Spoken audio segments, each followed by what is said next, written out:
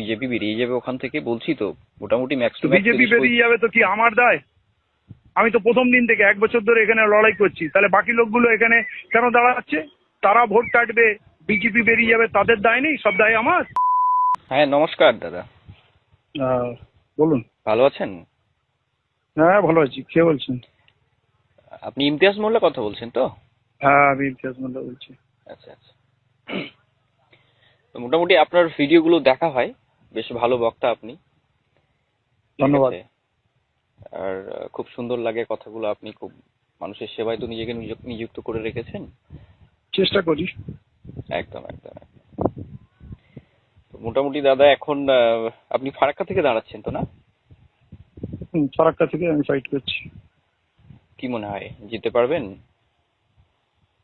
দেখুন, জেতা হারার কথা সুনির্দিষ্টভাবে বলা তার পক্ষে সম্ভব না। জেতার জন্য লড়ছি, সবাই জেতার জন্য লড়ে। 4 তারিখে বোঝা যাবে কি হবে। কিন্তু যতটুকু আমাদের মনে হয়, আমার মনে হয় একটু তাড়াতাড়ি বলবেন, ইলেকশন চলছে তো, হ্যাঁ, এত সময় নেই কথা বলার দীর্ঘ। তাড়াতাড়ি করুন। কি অ্যাকচুয়ালি বলবেন বলুন। আপনার ভক্ত দাদা, ঠিক আছে? আপনার কথাগুলো ভালো লাগে, একটু আগেই বললাম না, আপনার কথাবার্তাও ধন্যবাদ ভালো লাগে ধন্যবাদ, সবকিছু। ভালো থাকবেন। তো যেটা বলছিলাম, হুম। মোটামুটি ফারাক্কা থেকে তো আশা করছি 30-35 হাজারে আপনি গিয়ে আটকে যাবেন, জিততে পারবেন না দাদা। সেটা তো সময় বুঝবে। আমি নিজেও বলতে পারবো না এখন 30,000 35,000 পাবো না 50,000 পাবো, হ্যাঁ না তার থেকে কম পাবো। এইটা আগাম বলা খুব অ্যাসেসমেন্ট করা খুব। দেখুন, আমরা তবে হ্যাঁ, ফিল্ডে মানুষ আছি। ভালোবাসে। বাকি পলিটিশিয়ানদের যেমন লোক ঘৃণা করে, সেই তুলনায় মানুষ আমাকে ভালোবাসে। সে যে দলই করুক, আমার সঙ্গে সদ্ভাব রাখে, হাত মেলায়, গল্প করে, চা খাওয়ায়, ছবি তোলে। আমি একটা ডিফারেন্ট ক্যারেক্টার।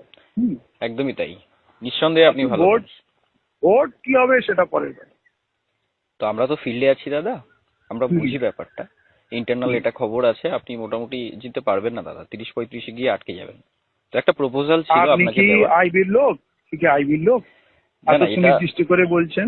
এটা এটা এটা এটা জানার দরকার নেই। যেটা আমার প্রপোজাল আছে, একটু বোঝার চেষ্টা করুন। কি প্রপোজাল এটা আছে? এটাই ভালো হবে, আপনি বসে যান দাদা। বসে বিজেপি যাবে? বেরিয়ে যাবে ওখান থেকে। হ্যাঁ হ্যাঁ, আপনি বসে যান। বিজেপি বেশি যাবে তো বাকি দলগুলোকে গিয়ে বলুন, হ্যাঁ তারা বসে যাক। আমি এখানে 1 বছর এই মাটিতে পড়ে আছি এবং 14 বছর ধরে যাতায়াত। এখানকার মানুষের যে কি কষ্ট আপনার মনে হয় আইডিয়া নেই।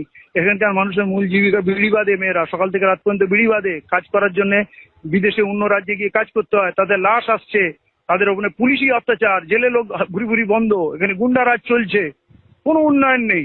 এত কিছু দেখার পর আমি তো একটা আদর্শ নিয়ে তাদের জন্য আমি আমার জীবনের এই প্রান্তে এসে লড়ছি। তো আপনি বলছেন যে বসে যান। তারপরেও আমি বলছি, বসে গেলে লোক আমাকে কি বলবে?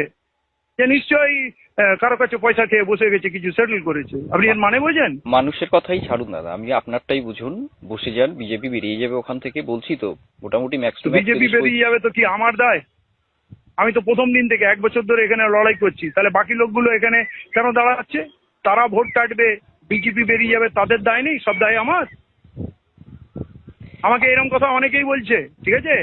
আপনি বলছেন এখন তা না, প্রথমে শুরু করলেন ভালো ভালো কথা দিয়ে, এখন যে কথাটা বলছেন এরকম নোংরা কথা।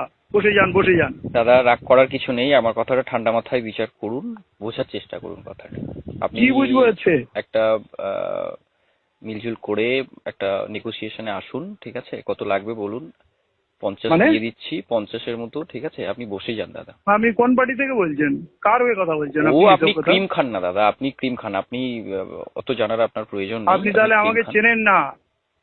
আমার না এরকম অফার, এর থেকে বড় বড় অফার অনেক এসছে, পুরো জীবন কাটিয়ে আচ্ছা দিয়েছি। ঠিক আছে, চলুন, ওটা সৌদা করার লোক আমি না। ওটা ওটা ঠিক 1 আছে? কোটি দিয়ে দিচ্ছি ভুল দাদা। ভাবছেন। শুনুন না, 1 কোটি এটা কি দিয়ে দিচ্ছি। মস্করা? এটা কি মস্করা হচ্ছে নাকি? এটা কোথায় তামাশা হচ্ছে নাকি? 1 কোথায় কোটি দিয়ে কোথায় দিচ্ছি। ঠান্ডা হন এটা কি সিরিয়াল চলছে নাকি নাটক চলছে? 1 কোটি দিয়ে দিচ্ছি, সাহস তো কম নয়। হ্যাঁ, কোথায় যেতে হবে জামতে আছে বলেন, তাই পৌঁছে বলছো। যাবে। আজ বললে আজ, কাল বললে কাল, কোথাও যেতে পৌঁছে হবে যাবে। না, কোথাও যেতে হবে না, লেনদেনের প্রশ্নই নেই। আমার জীবনে কোনোদিন কোনো হারাম পয়সা ঢুকেনি আর ঢুকবে না, ঠিক আছে? আমার জন্য আমার আল্লাহ যেটুকু করেছে, দুবেলা 2টো রুটি খাই, শান্তিতে ঘুমাই, এর থেকে বেশি আমার কিছু চাই না। তাহলে তো কবেই বিক্রি হয়ে যেতাম, কবেই দাদা 2 মন্ত্রী হয়ে কোটি নিয়ে যেতাম। নেন, 2 কোটি নিয়ে নেন, ঠিক আছে? পুরো ফুল আরে শালা, একদম 2 যা কোটি নিয়ে পাচ্ছে নেন। তাই বলছে। শয়তানের বাচ্চা কোথাকারের। তুমি কার সঙ্গে কথা বলছো তুমি জানো? ফালতু কোথাকারের। বিক্রি হবে বাজারে অন্য কোনো লোকের কাছে যাও। ফালতু নোংরা কথা এখানে বলবে না, নাহলে আমি সামনে থাকলে তোমাকে পুঁতে দিতাম। দাদা দেখুন একটু, নোংরামের একটা সীমা আছে, আরে নোংরামের একটা সীমা আছে। কার সঙ্গে কথা বলছো? আমি তাহলে তো আমরা সিপিএম কংগ্রেস, আমার যদি টাকার লোভ থাকতো না তো জীবনে সিপিএম কংগ্রেস তৃণমূল করে নিতাম, কাটমানি খেতাম, তোলাবাজি করে নিতাম, অনেক কিছু করে নিতাম।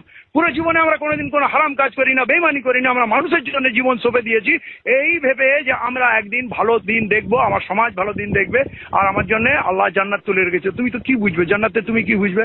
খবরদার বলে দিচ্ছি, তুমি ফালতু কথা দাদা বলবে না, শুনুন। এরপর আমার মুখ থেকে কিন্তু খারাপ কথা বেরিয়ে যাবে। দাদা শুনুন, তুমি একটা সামনে কথা, লাস্ট থাকলে কথা আমি বলি আপনাকে। কোনো কথা শুনুন। হবে না, কোনো কথা হবে না। আপনি অত একটু নোংরা কথা ডিএম বলার করে দেবেন সাহস আমাকে, আমার কাছে ঠিক আছে? তুমি পাও এই কোথায়? নাম্বারেই 2 কোটি পুরোপুরি নিয়ে নেন, ঠিক আছে? বসে যান দাদা, জিততে পারবেন না তোকে দাদা। না সামনে পেলে তোমাকে পুঁতে দেবো। ভালো থাকবেন 2 দাদা। কোটির ঘোড়ার ডিম।